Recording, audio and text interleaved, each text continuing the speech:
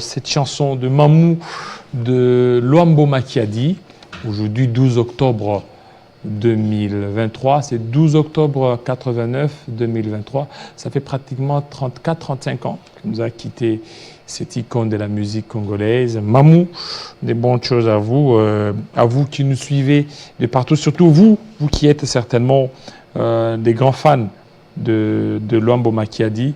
Il y a aussi Claude Malou, des bonnes choses à vous, monsieur de Tchangou, donc celui qui aime Tchangou, Claude Malou, toutes les bonnes choses. Et vous êtes très nombreux à pouvoir nous suivre. Et nous avons notre invité qui est déjà là, avant qu'on lance les jingles. Monsieur Harold Badibanga, bienvenue. Merci beaucoup, mon frère. Voilà.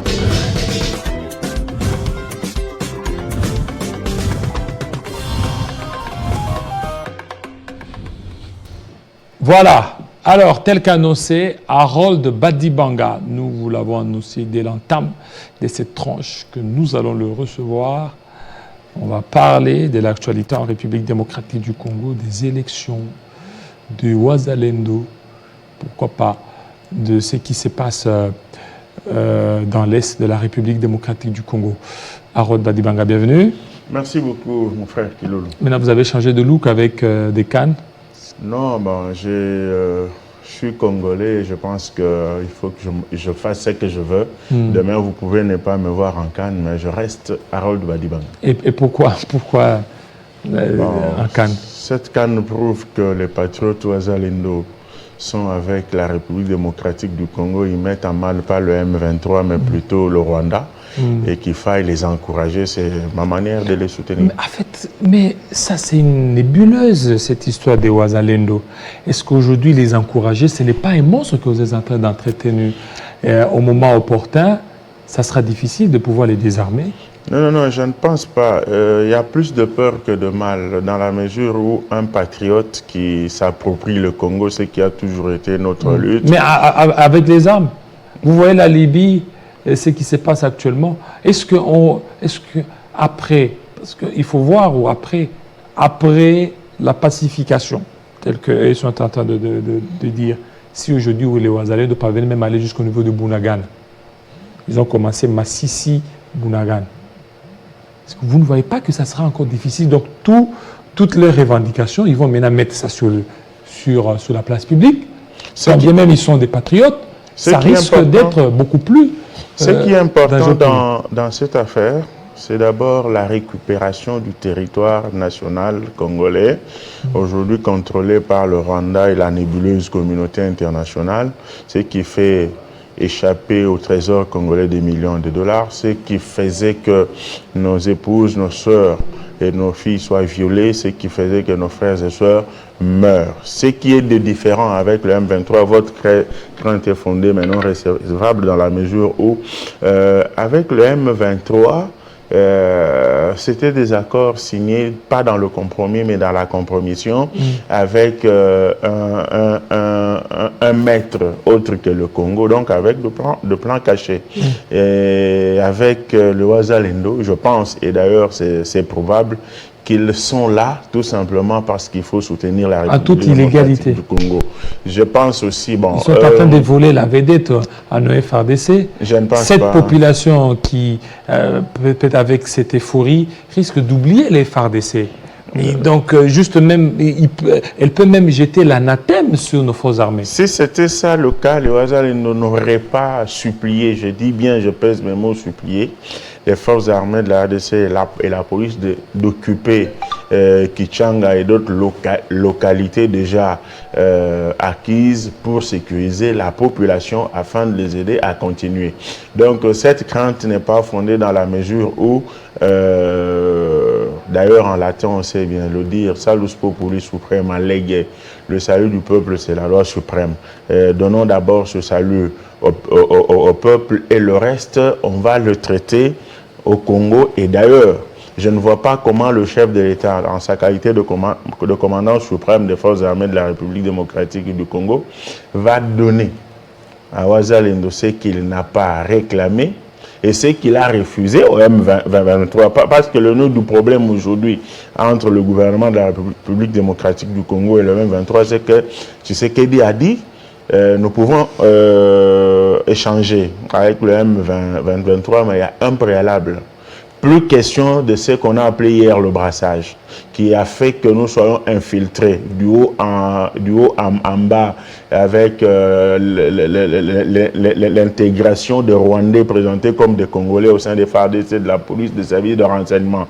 Vous voulez que l'on échange après la guerre, vous réintégrez après le cantonnement la vie normale comme citoyen congolais. Pas question d'intégrer les forces armées pour nous infiltrer de sorte qu'on ait des colonels, des généraux rwandais qui s'appellent, je ne sais pas moi, Mutombo et Kuntim, alors que ce sont des invités. Quand on a une petite planification au sein des FARDC, l'information est directement au Rwanda. Je ne le vois pas non plus accepter qu'un groupe de patriotes qui a soutenu les FARDC dans cette quête de la restauration de l'intégrité territoriale de la République démocratique du Congo sollicite et obtienne son intégration dans les forces armées, dans le service de la police. Je ne le vois pas l'accepter. Je ne vois pas non plus en amont ce groupe de patriotes revendiquer une pareille affaire. Donc, oui, c'est qui me préoccupe. Ils les feront au moment opportun. Et vous savez, dès lors que vous êtes en train de récolter des succès en succès, mais vous pouvez aussi mettre en évidence vos revendications. Parce que n'oubliez pas qu'il y a les APLS derrière, tout ça, ils ont des revendications. Et ces revendications, peut-être un certain temps, n'étaient pas prises en compte. Mais puisqu'aujourd'hui, presque tout Massissi reste juste des petites localités, et maintenant sous occupation de Wazalendo qui demande à ce que les FARDC viennent récupérer. Et après Massissi, c'est vers Rutshuru, Bunagana, et qui restent les derniers verrous. Vous ne voyez pas qu'une fois qu'ils parvenaient certainement à avoir la position de tous ces territoires, leurs revendications, ils vont le mettre sur table. Et ça risque de devenir très difficile pour le gouvernement. Non, ce qui est bon dans ce que vous dites, c'est que vous mettez la puce à l'oreille du gouvernement. Mais toute chose ici, de manière exceptionnelle, ne reste pas égale par ailleurs, dans la mesure où le comportement par vous dénoncé a été affiché par des groupes armés autres que congolais. Et ici, je note avec satisfaction que toutes les zones ici récupérées par ces patriotes ne sont plus sous leur contrôle. Ça, c'est les armes. Et je dis bien, les territoires récupérés ne sont plus sous leur contrôle. Ce sont les forces armées de la République démocratique du Congo qui ont été déployées. Ça, c'est de un. De deux, les armes, il y a lieu et moyen de les contrôler. Ce qui faisait que l'on ne les contrôle pas hier, c'était l'absence de la volonté. La volonté dans le chef de ceux qui se sont présentés comme des groupes armés congolais, alors que ce sont des Rwandais. Vous avez vu comment les blessés sont en train d'être évacués au Rwanda pour les soins. J'insiste sur le fait que ce qui est bon dans ce qui est en train de se faire, c'est la cohésion qu'il y a entre la population et ses patriotes. Est-ce que l'armée n'est pas derrière? Parce qu'on a suivi ce terroriste du M23, Willy Ngoma, qui a dit, mais les Wazalendo, ils ne savent pas utiliser des lourdes donc de fortes armées, et en plus de cela, ce sont des snipers qui sont en train de nous tirer. Mais écoutez, ils doivent venir se plaindre parce que les Wazalendo utilisent... en fait, les FARDC utilisent les Wazalendo, donc les Wazalendo sont devant, mais derrière, ce sont les FARDC à sniper. Bon, je ne voulais pas faire... Ça, c'est ce que ces terroristes a dit. Non, mais je ne voulais pas faire cette analyse, et cette position semble être la vôtre aussi, mais admettons que c'est ça. Et lorsque les M23 et d'autres groupes armés sont utilisés par le Rwanda, et c'est le Rwanda qui combat et non le M23, ça, c'est une bonne chose. Et pour le Rwanda, et pour le M23, et pour les Américains, et pour toute cette nébuleuse communauté internationale. Mais aujourd'hui, si, je ne dis pas que c'est vrai. Mais si ce sont les FARDC les forces spéciales, selon lui, qui combattent sous couvert des Ouazalendo, Ouazalendo, c'est une rébellion contre une rébellion à malin demi. Ce qui importe pour nous les Congolais, c'est la récupération a priori du territoire national congolais, qui a vécu dans une partie pendant un temps sous occupation.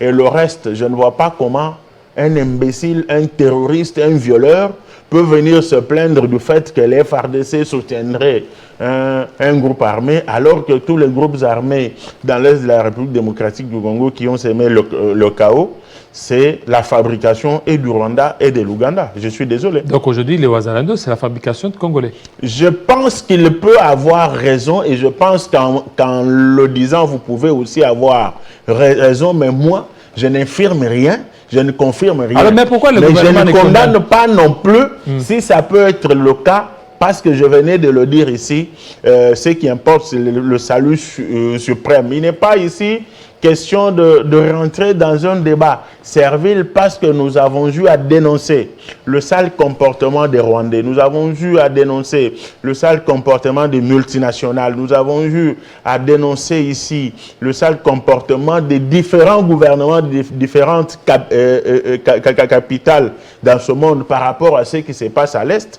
Personne ne nous a écoutés. Alors si aujourd'hui on peut penser que les forces armées de la République démocratique du Congo seraient derrière le Ouazalendo, mais ces Ouazalendo sont en train de restituer au peuple congolais ce qu'il a manqué il y a quelques temps. Mais je m'en fous éperdument. Je ne vois même pas comment je peux gaspiller mes énergies difficilement renouvelables pour infirmer ou affirmer. Les FARDC ne jouent pas à la diversion. Dès lors qu'elle affirme qu'elles sont respectueuses des textes, respectueuses des cessez-le-feu, mais entre-temps, on voit les Ouazalendo tout feu, tout flamme. Mais vous savez, mon frère, quand la peur change de camp, le camp dans lequel la peur s'installe perd la raison. C'est comme ça que vous voyez cette agitation-là. Je veux, bien que l'on accuse les forces armées de la République démocratique du Congo d'être derrière les Ouazalendo, mais ça ne suffit pas. Il faut le prouver. Il faut le prouver, sinon ce sont des spéculations. Mais j'insiste sur le fait que même si c'est le cas, les États-Unis qui sont présentés à raison, d'ailleurs comme la première puissance, je ne sais pas moi en quoi, à travers la planète Terre, sont intraitables du point de vue des relations internationales lorsqu'il s'agit de leurs intérêts. Je ne vois pas les États-Unis tergiverser et hésiter à utiliser n'importe quelle méthode, n'importe quelles armes pour sécuriser les citoyens américains, pour sécuriser le territoire américain. Mais lorsque la République démocratique du Congo peut se comporter de la même manière, après avoir crié, après avoir alerté à plusieurs reprises, tant du haut de la tribune des Nations Unies qu'à travers d'autres canaux diplomatiques, mais il y a eu non seulement silence de cimetière, mais aussi et surtout la complicité. J'ai vu toute honte bue, le président, je ne sais pas moi, de la commission de suivi et de la médiation, demander l'observation du cessez-le-feu, alors qu'il n'avait jamais, il n'était jamais monté au créneau pour décrier le fait que le M23 avait refusé catégoriquement le précantonnement et le cantonnement de ces troupes décidées par les mêmes chefs d'État de l'EAC. Donc, c'est une honte. Je pense que ce sont des propos que les Congolais vrais que nous sommes ne devraient pas prendre en compte. Être plutôt derrière les forces armées de la République démocratique du Congo, le commandant suprême des forces armées, et pourquoi pas les patriotes Ouazalendo qui ont compris que ce pays nous appartient à nous tous, nous y avons les mêmes droits, les mêmes devoirs, nous devons l'aider à reprendre sa place dans le concert des nations. Voilà. Alors, nous allons entrer maintenant dans notre thématique sur les élections. On a suivi les Ouazalendo. D'ailleurs, c'est passé avant que vous n'entriez.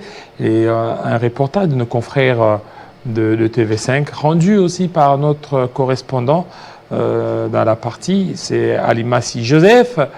Léo Azalendo disent vouloir pacifier cet espace pour permettre à l'organisation des élections de 2023. Est-ce que ce n'est pas une stratégie pour le président en place de tout faire pour parler, dire au monde entier qu'il a pacifié cet espace, surtout qu'il avait dit « Je me considérais président de la République si la paix est regagnée et que mon mandat serait considéré comme un échec si cette partie de l'Est n'est pas pacifiée. » Mais écoutez, c'est d'abord le chef d'État, c'est la seule personne, le seul individu à être toute une institution. Il a comme devoir de sécuriser les personnes et leurs biens, de leur garantir la sécurité. Et ces personnes, ce sont des Congolaises et des Congolais. Non seulement ceux de Bonda dans l'Équateur, non seulement ceux de Puerto dans le Grand Katanga, non seulement ceux de Kabekamange, Wabilombo, chez moi, mais aussi ceux de Kibumba, de Rutshuru, de Quito, tous ceux qui sont victimes des exactions.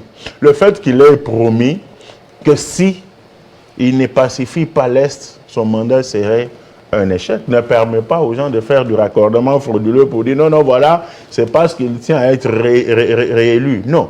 Est-ce que les Congolais de cette partie qui est en train d'être libérée totalement n'ont-ils pas droit à être électeurs, à participer au processus électoral? J'affirme oui en majuscule. Ces Congolais n'ont-ils pas droit à la vie normale? Je dis oui. Alors si la politique s'invite pour penser que ça fait partie des promesses électorales du président Tshisekedi, je tranche de manière claire que même s'il ne l'aurait pas promis, mais en tant que président de la République, c'est son devoir, il était dans l'obligatoriété de le faire. Et qu'il soit en train de le faire selon le président ou le leader du M23 qui pense que c'est Tshisekedi qui est derrière, et qu'il soit en train de le faire comme le Rwanda est en train de le faire, de le penser, je suis désolé, je l'applaudis si c'est réellement lui qui le fait, parce que là, ça n'était de trop. Les Congolais de ce coin de la République ont besoin et avaient besoin de vivre comme vous et moi, sans le bruit des bottes, sans crépitement de balles. Alors, les élections en République démocratique du Congo, déjà 24 candidatures déposées. Donc, ça enlève le doute qui planait sur la non-organisation des scrutins de décembre. Ce qui me réjouit parce que, mon frère, ça me fait rire encore parce que au début de ce qu'on peut appeler processus électoral, il y a eu doute. Il y a des gens qui ont pensé que le président de la République n'avait pas la volonté d'organiser les élections, comme si c'est lui qui en est l'organisateur, alors que c'est la CENI, un organe indépendant. Mais je me rappelle les propos de Katumbi, le propos de ce médecin pris en charge par le Trésor public et qui fait passer l'hôpital de Panzi comme son bien privé, les propos du danseur du camp Luka et consorts, qui disait nous voulons qu'il y ait les élections parce qu'on constate qu'en face il n'y a pas une nette volonté. Mais lorsque l'impulsion du président de la République fait que le ministère des Finances libère les moyens et que la CENI ne se plaigne plus du manque de ceci ou de cela, on lance le processus d'enrôlement, les kits sont déployés. Le langage change. On commence à imposer, solliciter le dialogue. On commence à estimer que les conditions ne sont pas réunies pour Qui sollicite les dialogues? Parce qu'on voit déjà tous les candidats là sont prêts pour les élections. Je suis en train de faire l'historique de ce qu'on a connu comme processus électoral. Je dis que la plupart de ceux que nous voyons là ont sollicité un moment à tout prix l'organisation des élections. Et lorsque la CENI a pris le devant, ils ont changé de langage pour solliciter le dialogue. Et aujourd'hui, le train est en marche, on ne va plus l'arrêter. Je suis heureux qu'ils aient compris que nous n'avons plus besoin de ce que le Kinois appelle pouvoir Yacob, c'est-à-dire Kilolo et Badibanga et consorts se retrouvent. Ils disent, bon, au nom de ceci et de cela, nous devons rester autour d'une table. Prenez la présidence, prenez l'Assemblée nationale, prenez tel ministère, aux grandes dames de la population qui, dans la démocratie, est le seul élément qui doit donner le pouvoir à qui il veut, et ce par voie des urnes. Et là, ce sont des candidatures, pour la plupart, pour ne pas dire toutes, des candidatures pour rire. Ils sont convaincus, tous, sauf Tshisekedi, qu'ils ne seront pas élus. Eux là. Ils ne seront pas élus. Ils ne seront pas élus. Lui, c'est juste le camp Luka, là où il dansait. Bandundu aussi, hein? Bandundu est aussi. Le grand vous pensez que le patriarche Mbosso n'est pas du Bandundu? Oui, mais il n'est pas connu comme Fayulu. Willy Makiachi n'est pas, mais Fayulu, il a une assise. Hein? Non, non. Où c'est? Dans quel village? Oui, au niveau de Bandundu. Non, non. Au niveau de Bandundu, Fayulu a une assise. J'ai fait le Bandundu à plusieurs reprises. Je vous dis que l'homme n'est que l'ombre de lui-même. Fayulu. Je le confirme, pour ceux qui ne le savent pas. En 2018, monsieur était le candidat de la nébuleuse communauté internationale, soutenu derrière le Gréco-Zambien là-bas. Gréco-Zambien? Oui. Mais pourquoi vous dites ça? Parce que lui, au niveau de la CENI, on a même accepté sa candidature avec sa nationalité congolaise. Il a montré sa nationalité. Non. Mais pourquoi vous vous attaquez alors que déjà la CENI a... La CENI a reçu la candidature, il la traite. Est-ce qu'il a rendu son verdict? Et ce que je fais comme analyse engage Maître Harold Badibanga, n'engage pas la CENI. Si la CENI... Mais là, sur base de quoi vous dites gréco-italien? Il a dit lui-même qu'il est de père gréco-zambien. Il a menti que sa mère était congolaise, alors qu'elle était... Sa maman, c'est une congolaise. Zambienne. Alors, je me dis, cette affaire de père et de mère, il faut que les Congolais soient clairs avec ceux qui pensent que c'est une discrimination. Non, mon cher frère. Nous pensons que... C'est lui qui vous fait peur, hein? Peur de quoi? Katumbi me fait peur. Peut-être qu'il vous fait peur à vous, mais il ne fait peur à personne parce que les gens se trompent.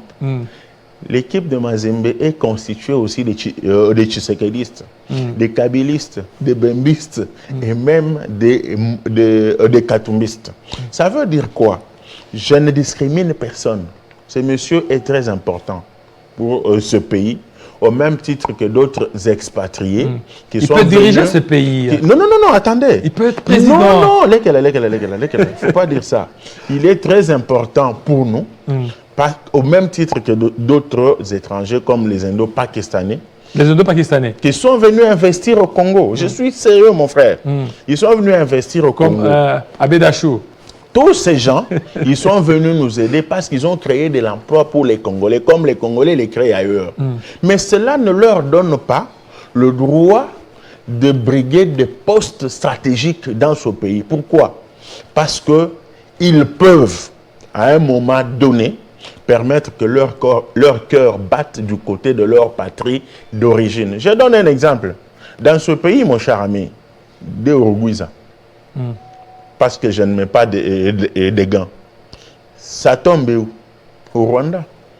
Pour quelle raison? Mais il a géré avec nous pendant plus de 10 ans la plus grande stratégie que DGDA. Ça veut dire que s'il avait le poste de président de la République, s'il avait le poste de président de l'Assemblée nationale, Sénat, président du Sénat, commandant, chef d'état-major général des FARDC, tout ça, il pouvait facilement nous trahir. Dans ce pays, mon cher frère, il y a eu celui que l'on a appelé Setiale, sous le règne du tout-puissant maréchal. Portugais de père, Congolais de mère. Sa tombe est au Portugal aujourd'hui. Et si le Portugal entrait en guerre contre le Congo à l'époque, et je vais finir. Mais dans ce pays, il y a aussi Mamadou Ndala aussi. Attendez, il y a beaucoup de cas, mais je veux donner le dernier avant de parler de Mamadou. En Égypte, ne peut être président que celui né de père et de mère égyptien. Vous savez pourquoi? La guerre Égypte contre l'Israël a été remportée par les Égyptiens. Ils l'éliminent tout simplement parce que l'un des généraux qui était dans la marmite qui préparait la guerre était de père égyptien et de mère israélienne. Lorsque le plan s'est tramé, il a vu que le pays de sa mère d'aller devenir de la cendre dans quelques minutes. Il a signalé et les Israéliens ont attaqué en amont l'Égypte et l'Égypte a perdu la guerre. Lorsqu'ils ont fouillé, ils se sont rendus compte que c'est ça. Ils ont dit plus jamais question de prendre de personnes ambivalentes et leur donner des grandes responsabilités dans ce pays. Vous parlez de Mamadou. Mamadou avait occupé quel poste? Parce que l'éventuelle loi Tani parle de postes stratégiques. Il était chef d'état-major général. Encore oui, mais il a défendu ce pays. Hein. Ce qui montre s'il était général, il allait défendre bonnement ce pays. Fils de ma mère, oui. je n'entre jamais dans des spéculations. Oui, il peut. Juriste. Et maintenant. Juriste que je suis, je parle de principes et qui doivent gouverner un État. Et Mukwege. Je ne pense... Bon, Mukwege... Bon, je ne pense pas continuer, puis on va arriver. Je ne pense pas que mon frère... Katumbi, le prochain. Pour bien servir... Le prochain président. Bon, le prochain, c'est selon mon ami Peter Tani. Il sait de quoi il parle. Mais le prochain président. Mais je ne pense pas que mon frère Moïse Katumbi Chapwe pour servir ce pays. Chapeau, il a un nom comme Louba. Avec d'autres nationalités qui la preuve à l'appui, il n'y a que la présidence qui peut l'intéresser. Si le football congolais brille aujourd'hui, c'est grâce à lui. Il peut être un bon président de la FECOFA. Il peut être un bon ministre de sport. Avec beaucoup de peine, mais il a quand même fait quelque chose. Il peut être un bon bourgmestre. Donc, vous pensez qu'après nous avoir été reçus chez nous, nous vous avons tout donné, avec le doute qui plane sur vous, étant donné que plusieurs nationalités dans le chef d'un président de la République peut faire qu'il nous trahisse.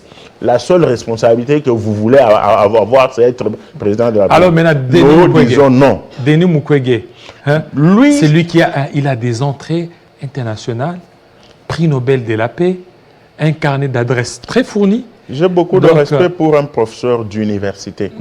D'abord, je suis un scientifique. Papa, cherche aussi Matata, non? Il y a Matata. J'ai beaucoup de respect. C'est lui qui a beaucoup de réalisations, 4 ans. J'ai beaucoup de respect pour un professeur d'université, mais attention, quand vous me parlez du prix Nobel de la paix, qui sont à la base de viols, de tueries à l'est de la RDC? Vous le savez, vous êtes africaniste comme moi, ce sont les multinationales, ce sont des impérialistes. Ils possibilisent le viol, les tueries, vous les soignez, et ils viennent vous donner un prix pour avoir soigné les gens qu'ils ont violés. De là à se poser la question de savoir si ce n'est pas en complicité avec eux que vous avez fait ça. Ça, c'est de un de deux. Moi, à sa place, j'aurais refusé ce prix Nobel-là. Parce que c'est un prix qui vient de celui qui a endeuillé la République. De deux, Panzi, l'hôpital là, les Congolais doivent le savoir aujourd'hui. C'est l'hôpital général de la République démocratique du Congo. Et docteur mais il a pris congé. Hein? Il a pris congé. Indela, ne sois pas pressé. Ne sois pas pressé. Très déterminé à découdre avec le président. Ne sois pas pressé. En découdre. Oui, aux élections. Hein? En découdre. Écoutez, j'ai beaucoup de respect pour un professeur d'université. Je dis que parmi ces gens, il y a des gens qui savent que même leurs épouses, leurs enfants, même les dernières copines en date ne vont pas les voter. Donc, ça veut dire qu'il y a des candidatures pour rire. Candidatures pour rire? Oui, qu'on voit quand même. Vous savez qu'en 2018, on n'avait pas donné la chance à Tshisekedi. Mais Tshisekedi a remporté les élections. Vous pensez ça peut aussi vous pensez que les choses se suivent, se ressemblent et se réalisent de la même... Ça peut être aussi ce cas. Comme Matata Pogno. Vous êtes dans la supposition, moi je tranche. Comme Matata Pogno. Bon, Matata, j'ai de respect pour un professeur d'université. Il a beaucoup de problèmes avec la justice. Je ne préfère pas me prononcer sur un justiciable qui prend la grave et l'irrévocable décision d'aller se présenter à l'élection présidentielle sans avoir justifié l'argent des Boukangalons et consorts. Non, ça... Oui, mais la Cour s'était déclarée incompétente. Je suis africaniste. Je suis africaniste. Un frère qui a maille avec la justice, vous le critiquez encore, c'est comme si vous êtes en train de le précipiter. Voilà, pour terminer, Harold. Il y a des pasteurs... non, ce sont des hommes de Dieu. Des hommes de Dieu qui les a institués. Vous savez, c'est Dieu qui l'a envoyé. Il dit que c'est Dieu qui m'a dit... Non, mais vous savez, mon frère, vous êtes aussi pasteur. Je parle sous votre contrôle. Quand la Bible dit Dieu est le même hier, aujourd'hui, éternellement, je pense que c'est faux. Dieu a beaucoup évolué. Il a changé du point de vue de sa miséricorde. S'il était encore hier, et le même hier, il aurait frappé beaucoup de gens. Dieu peut vous envoyer échouer. Non. Donc, il a 385 paroisses. 300 sur toute l'étendue du territoire. Alors, 387 paroisses avec combien de membres majeurs par paroisse, il y a plus de par paroisse. Par exemple, ici à Kinshasa, au niveau de 2500, dans ces églises-là, il y a des tshisekédistes. Il y a des katumbistes, il y a des bémistes. Mais tous ces... Mais il n'y a pas... Ils vont s'allier à la vision du visionnaire. Non, il n'y a pas de... Il s'appelle comment encore?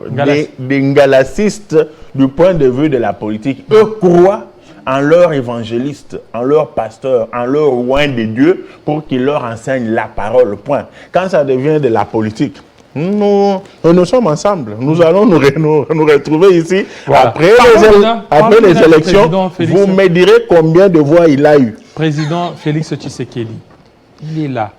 Dans son règne, le président ou le ministre des Affaires étrangères a parlé compromis à l'africaine. Nous avons Corneille Nangaa qui a parlé d'un accord. John Numbi qui a parlé d'un accord. L'UDPS elle-même. Kabila, Tali, Aponi. Donc, oui, il est là pendant 5 ans, mais 5 ans de doute, 5 ans de... Les gens ont parlé des accords. Mais puis, c'est sur base de toutes ces accusations, aujourd'hui. Non, écoutez, la beauté de la politique congolaise, c'est qu'on peut dire des choses même quand on n'en est pas convaincu, et ceux qui les suivent peuvent les interpréter à leur souhait. Qui ne sait pas qu'il y a eu un accord entre Kabila et Tshisekedi? Je confirme. Mais c'est le contenu de l'accord qu'il faille ouvrir pour dire aux Congolais de quoi il s'est agi. Qu'il plaise à Nangaa de dire ce qu'il pense, encore que si ce qu'il dit est vrai, il mérite la pendaison parce que nul ne peut être entendu alléguant ses propres turpitudes. Il veut dire indirectement que c'est lui qui avait chamboulé les résultats des élections. Mais il devrait avoir honte. Mais moi, je sais que l'accord entre le camp Kabila et le camp Tshisekedi à l'époque, c'était un accord dans le sens de la cohabitation. C'est-à-dire quoi? Le président Tshisekedi a été élu président de la République et le camp de Kabila avait eu la majorité parlementaire.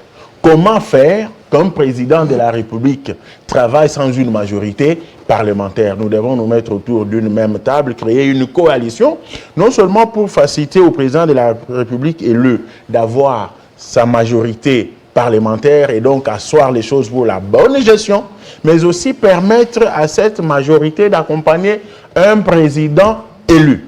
Mais sortir de ce carcan pour expliquer que non, voilà, ce n'était pas ça, voilà tel qui a été élu. Et quand vous parlez de Numbi, il a quel parcours au sein de la police, au sein de l'armée? Un ancien membre de la jeunesse de Luferi, qui a tué les Kassaïens à Lubumbashi et qui a endeuillé la République dans beaucoup de choses, c'est quelqu'un qui mériterait la pendaison. Et si nous sommes une société de personnes sérieuses, un fugitif n'est pas quelqu'un à suivre parce qu'il a des problèmes avec la justice, il n'a qu'à venir répondre. S'il était militaire fort comme il le prétend, il serait ici, il assumerait. Parce que, pour ne pas le citer, un civil, Matata pour ne pas le citer, il était en dehors de ce pays. Il a ouï dire qu'il est recherché par la justice de son pays, il est venu s'offrir. Mais un militaire en cavale, un fugitif, qui se permet de parler au nom des Congolais pour leur adresser. Alors aujourd'hui, qu'est-ce qui vous rassure? Qu'est-ce qui rassure que Tshisekedi va gagner? Ou bien ce sont les verrous qu'il a mis? C'est ni quelqu'un de confiance, Denis Mukwege. Les gens verraient même un œil, dit que non, il est, je ne veux pas citer ici pour réveiller certaines susceptibilités, c'est ni Cour constitutionnelle, la Banque centrale, les finances. Donc là, c'est vraiment un précaré réussi. Non. Il n'y a pas de précaré réussi. Ceux qui travaillent partout là, ce sont des dignes fils de la République, placés au regard de leurs compétences. Ils servent la République, ils ne servent pas le président de la République. Mais l'intérieur, c'est un digne fils de la République qui est là. Mais ce qui garantit. C'est aussi un Harold Badibanga. Badibanga. Harold. Qui ne gère pas. Badibanga. Qui ne gère pas, mais qui n'est que candidat député national. Qui ne gère pas. Mais tout simplement, ce qui garantit la réélection de Tshisekedi, c'est son bilan positif. Rien d'autre. Non, pas positif, mais positif en majuscule. On viendra au moment opportun parler de ce bilan parce qu'on refuse pour tomber dans des pièges. Je dis que non, on fait la campagne. Ce n'est pas la campagne. On viendra parler. Mais c'est connu, c'est un secret de Polichinelle. C'est son bilan positif qui pèse pour qu'il soit réel. Voilà, merci beaucoup Harold Badibanga, surtout de votre passage. On va parler aussi de cet aspect, le cas Mukwege qui divise l'UNC. On voit le secrétaire général de ce parti s'attaquer à Mukwege Panzi, alors que le ministre des Budgets a essayé de recadrer son secrétaire général. Nous allons en parler tout de suite.